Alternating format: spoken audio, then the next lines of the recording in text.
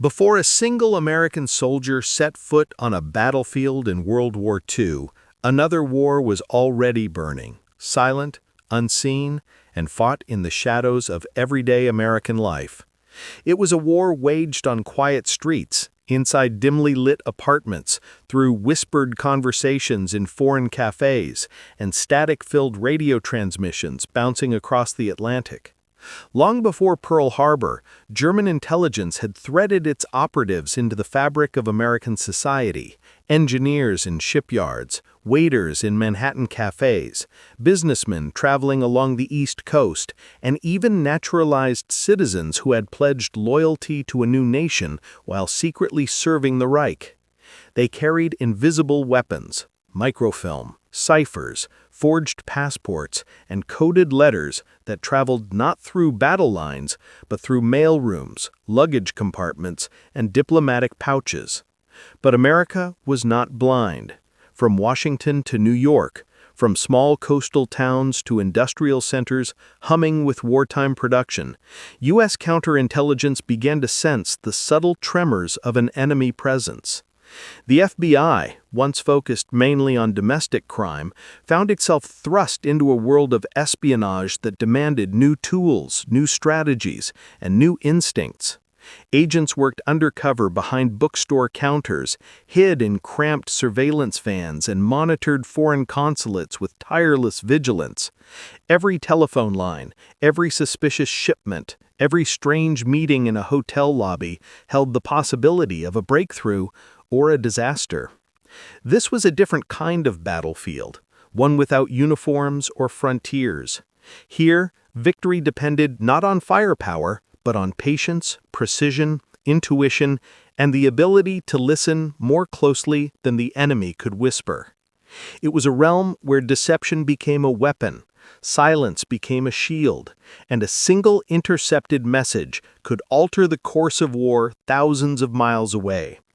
While newspapers focused on Europe's burning cities and the Pacific's raging seas, a quieter but equally decisive struggle unfolded on American soil. It was a struggle fought by cryptographers decoding fragmented transmissions, by double agents feeding false hope to German handlers, by analysts who stayed awake through the night, comparing handwriting samples and tracking familiar shadows moving across unfamiliar territories.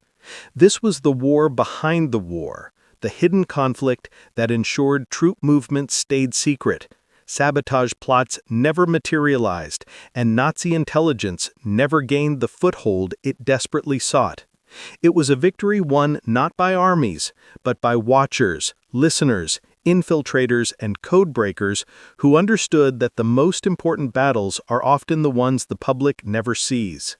And in the end, it was these silent warriors, working in basements, attics, safe houses, and decoding rooms, who helped safeguard a nation preparing for global conflict, turning the tide against an enemy whose greatest advantage had once been invisibility. In the years leading up to World War II, the United States gradually awakened to the unsettling reality that Nazi Germany was extending its reach far beyond Europe. America, still clinging to isolationist instincts after the trauma of World War I, did not initially imagine that foreign espionage networks could flourish within its borders. Yet the growing influence of the German-American Bund, the presence of German diplomats with covert objectives, and suspicious activities in ports and industrial hubs signaled a threat that could no longer be ignored. Early warnings came from local police, investigative journalists, and scattered intelligence fragments, all pointing toward coordinated attempts by Germany to shape American public opinion and gather sensitive information. What began as scattered clues soon crystallized into a clear pattern. The United States was becoming a battleground for covert influence. The FBI, under the ambitious leadership of J. Edgar Hoover, expanded aggressively during this period, shifting from domestic law enforcement to a broader national security role. Hoover understood that the Nazi regime relied on subtler tactics in democratic societies: propaganda, front organizations, cultural clubs, and business connections. German consulates in cities like New York, Chicago, and San Francisco acted as hubs for intelligence officers disguised as diplomats or trade representatives.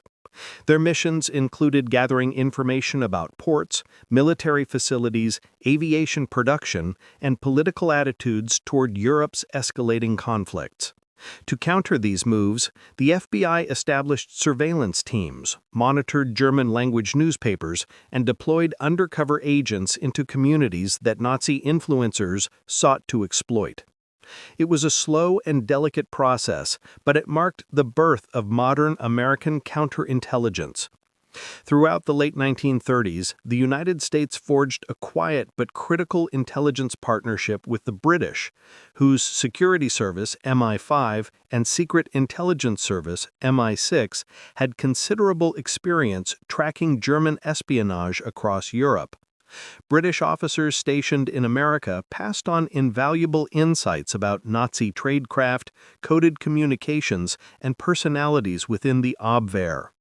This cooperation helped the FBI understand how German agents operated globally, and it guided early American efforts to dismantle pro-Nazi networks. Although the U.S. had not yet entered the war, these exchanges strengthened its ability to spot infiltration efforts in universities, immigrant communities, and even Hollywood studios, areas Berlin sought to influence through propaganda and covert funding. America's transition from a passive observer to an alert counterintelligence actor had begun.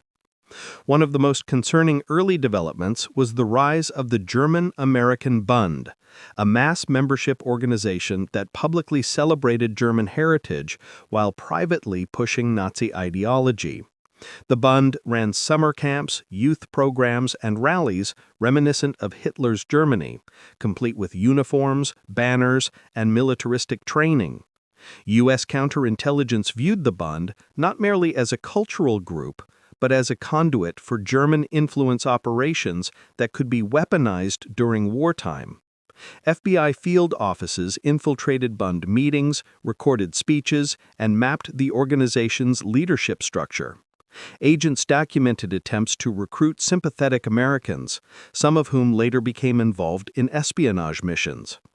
Although the Bund's reach was limited compared to its rhetoric, its existence confirmed that Germany was willing to cultivate ideological allies on American soil. As tensions in Europe escalated, the Abwehr intensified its interest in industrial and military secrets, targeting shipyards, aviation factories, and research institutions. The United States, with its vast manufacturing capabilities, represented a goldmine of information. German agents disguised themselves as businessmen, travelers, or journalists, moving quietly through industrial cities to observe production sites and gather intelligence on new technologies. The Office of Naval Intelligence, ONI, took particular interest in these activities, as German operatives frequently probed coastal facilities, naval shipyards, and merchant fleet operations. Naval officers worked closely with the FBI to track suspicious vessel movements, coded radio transmissions, and contacts between German crewmen and American sympathizers. Each investigation reinforced the understanding that Nazi intelligence efforts were systematic, purposeful, and increasingly bold. By the fall of 1941, the United States had developed a coordinated counterintelligence system unprecedented in its history. Although technically neutral, America operated as if already engaged in an invisible conflict with Germany. Surveillance programs expanded nationwide, involving thousands of agents monitoring suspected foreign operatives. Immigration records, shipping manifests, phone logs, and financial transfers became tools in a growing web of investigations. The goal was no longer limited to identifying individual spies, it was to dismantle entire networks before they could strike. These early operations created the blueprint for wartime counterintelligence and ensured that when hostilities finally erupted, the United States was not caught unprepared. The shadows of the pre-war years taught American intelligence agencies that the battlefield of espionage was vast, subtle, and unforgiving. The exposure of German espionage networks in the United States during the early 1940s marked a turning point in America's counterintelligence history. Among the numerous cases that surfaced, 3 spy rings stood out for their scale, sophistication, and the lessons they offered: the Duquesne Ring, the Roomrich Ring, and the Long Island Saboteur Network. These interconnected episodes revealed the evolving tactics of the Abwehr, Germany's military intelligence service, and highlighted the growing ability of U.S. authorities to track, infiltrate, and dismantle foreign spy operations. Each case demonstrated how a combination of surveillance, undercover work, and interagency cooperation slowly tightened the noose around Nazi intelligence activities. As America moved closer to open war, these investigations became the backbone of the nation's defensive strategy against espionage. The largest and most famous of these networks was the Duquesne spy ring, headed by Frederick Fritz Joubert Duquesne, a South African-born adventurer, opportunist, and longtime enemy of the British Empire. A master manipulator and skilled intelligence operative, Duquesne used his natural charm to recruit agents from diverse backgrounds, many of whom had no formal espionage training but were sympathetic to Germany or motivated by money. His network gathered intelligence on naval movements, defense production, and new military technologies, while also attempting to sabotage Allied shipping. The FBI's success in infiltrating this ring stemmed largely from the remarkable efforts of William G. Siebold, a German-American engineer coerced by the Abwehr into becoming a spy. Instead, Siebold reported the recruitment attempt to U.S. authorities and became a double agent whose undercover activities shaped the entire case. Siebold's work with the FBI became one of the most effective counterintelligence operations in American history. Given a covert radio transmitter by the Abwehr, he used it under FBI supervision to communicate directly with German handlers in Germany and South America. Every message he sent was carefully curated, providing the Germans with misleading information while simultaneously helping the FBI map the network's structure. The Bureau recorded meetings between Siebold and fellow agents using hidden cameras, wiretaps, and surveillance teams. These recordings formed a treasure trove of evidence, offering irrefutable proof of espionage. For the FBI, the Duquesne case validated its new national security model, one that blended scientific innovation with patient infiltration and meticulous documentation. When the ring was finally dismantled in 1941, 33 conspirators were arrested, marking the largest espionage roundup in U.S. history. Before the Duquesne ring's downfall, the Roomrich spy ring had already revealed significant weaknesses and ambitions within German intelligence operations. Gunther Roomrich, a former U.S. Army private of Austrian descent, sought to betray the United States by offering his services to Germany in exchange for financial reward. His attempts to acquire military personnel files, troop deployment lists, and intelligence on coastal defenses were brazen but sloppy. Roomrich forged signatures, fabricated requests, and attempted to impersonate officers, all of which quickly drew attention from federal investigators. His arrest exposed additional operatives connected to the Abwehr, many working through commercial cover or within immigrant communities. Though less sophisticated than later rings, the Roomrich case served as an early wake-up call that foreign espionage was already active on American soil, forcing the U.S. government to take national security threats more seriously. Perhaps the most dramatic espionage episode involved the saboteurs who landed on American shores as part of Operation Pastorius. In June 1942, a German submarine surfaced off the coast of Long Island, releasing a small team of trained saboteurs who buried explosives in the sand before moving inland. A parallel team landed days later in Florida. Their mission was not espionage alone, but industrial sabotage aimed at crippling American war production. However, the operation quickly collapsed due to internal conflict and the disillusionment of one of its participants, George Dasch. Disgusted with the mission and mistrustful of his fellow operatives, Dasch voluntarily approached the FBI and revealed everything, leading to the swift capture of all saboteurs. The incident showcased both the ambition of German plans and the vulnerabilities within their own ranks. Together, these cases forced the United States to refine and expand its counterintelligence capabilities. They revealed how quickly a single compromised individual or a single mistake could unravel an entire network. They also demonstrated the importance of cross-agency coordination, as the FBI, Army Intelligence, Navy Intelligence, and even foreign partners exchanged information to form a unified defense. Most importantly, these spy ring investigations taught U.S. authorities to anticipate and preempt German tactics, ensuring that when war officially reached American shores, the nation possessed both the knowledge and the infrastructure to withstand the invisible fight against Nazi espionage. What had begun as scattered operations had evolved into a highly organized effort that would prove decisive in the years ahead. As the United States formally entered World War II, the battlefield expanded far beyond distant fronts in Europe and the Pacific. Within America's own borders, a hidden war intensified, one fought in intercepted phone calls, clandestine meetings, and sealed rooms where cryptographers battled for every fragment of intelligence. It was a war without front lines, shaped by secrecy, deception, and relentless vigilance.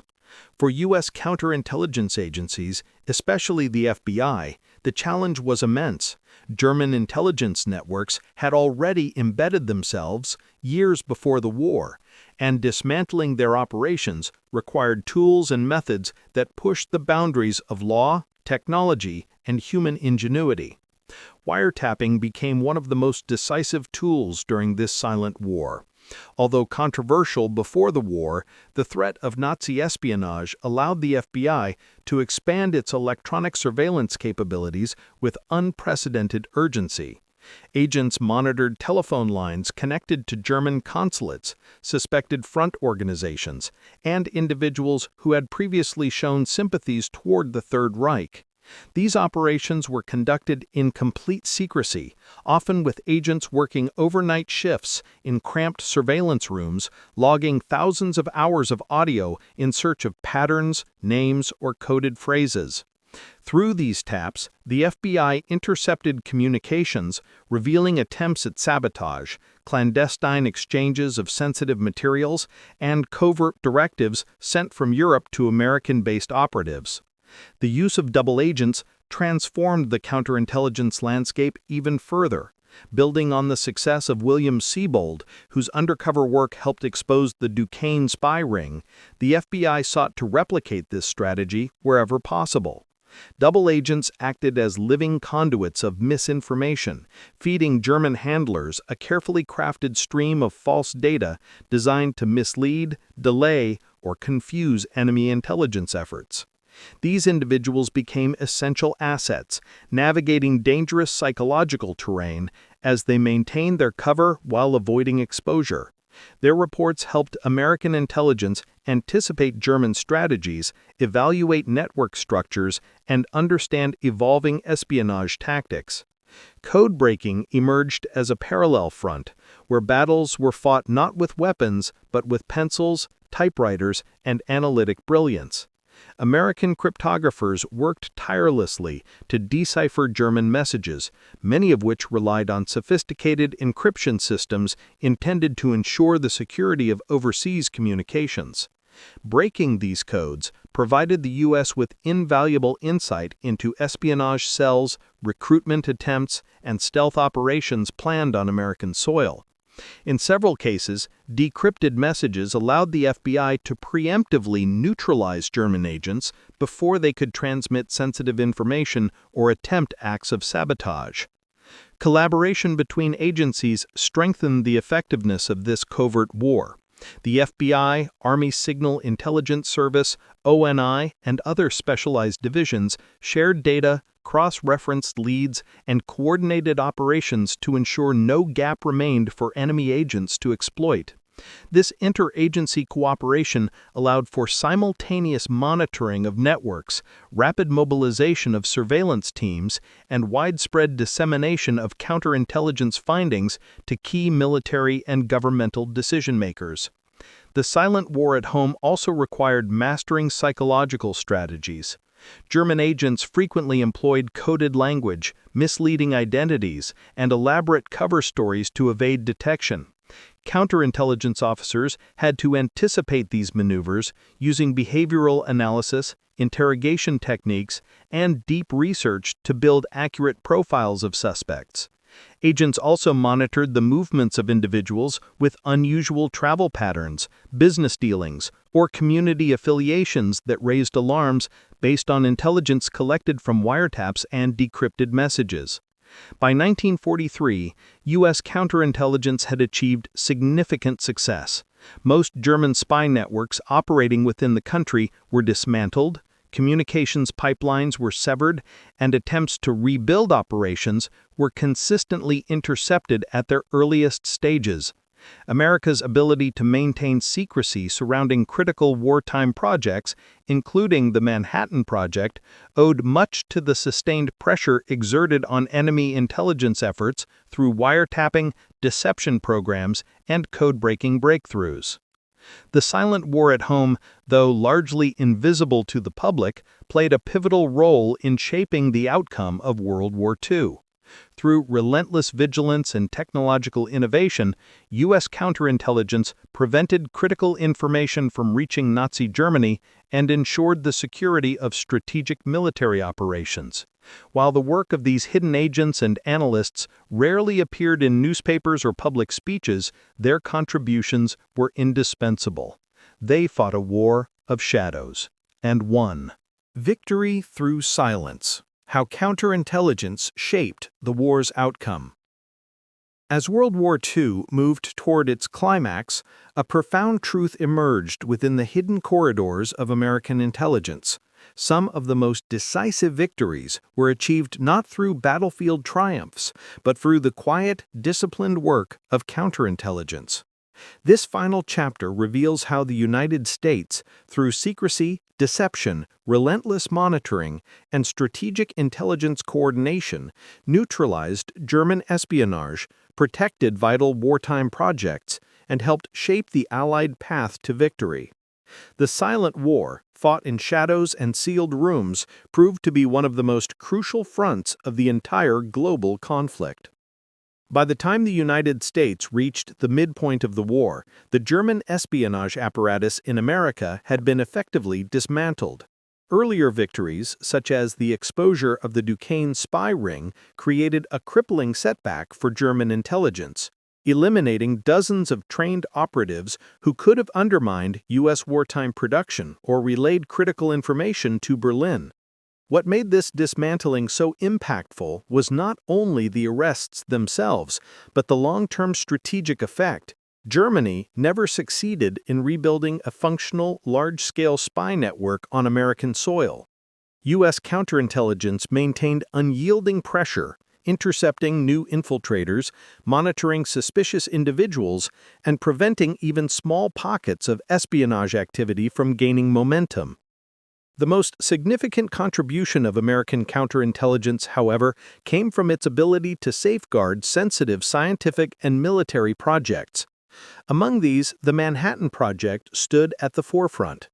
Though the Soviets would eventually penetrate the project, Nazi Germany never managed to obtain meaningful details about the American atomic bomb program. This success was due to multi-layered surveillance systems, continuous monitoring of scientists, strict background checks, wiretapping of individuals with foreign ties, and compartmentalization protocols that ensured no single person could compromise the entire operation. Counterintelligence agents worked hand in hand with military officials, creating a nearly impenetrable network of internal security that protected one of the most consequential secrets in human history. The Silent War also extended into strategic deception. U.S. counterintelligence, learning from the British example, refined techniques that fed carefully curated misinformation to German intelligence units. Double agents continued to play a key role, providing Berlin with false narratives about American troop deployments, production capabilities, and strategic intentions. These operations slowed Germany's ability to respond effectively to Allied movements, fostering uncertainty within its military command structure and diverting resources from critical fronts. Deception became a weapon, quiet, subtle, and extraordinarily effective. Even more influential was the transformation of intelligence collaboration. Before the war, American agencies often operated independently, with limited coordination and occasional competition. By its end, the landscape had shifted dramatically.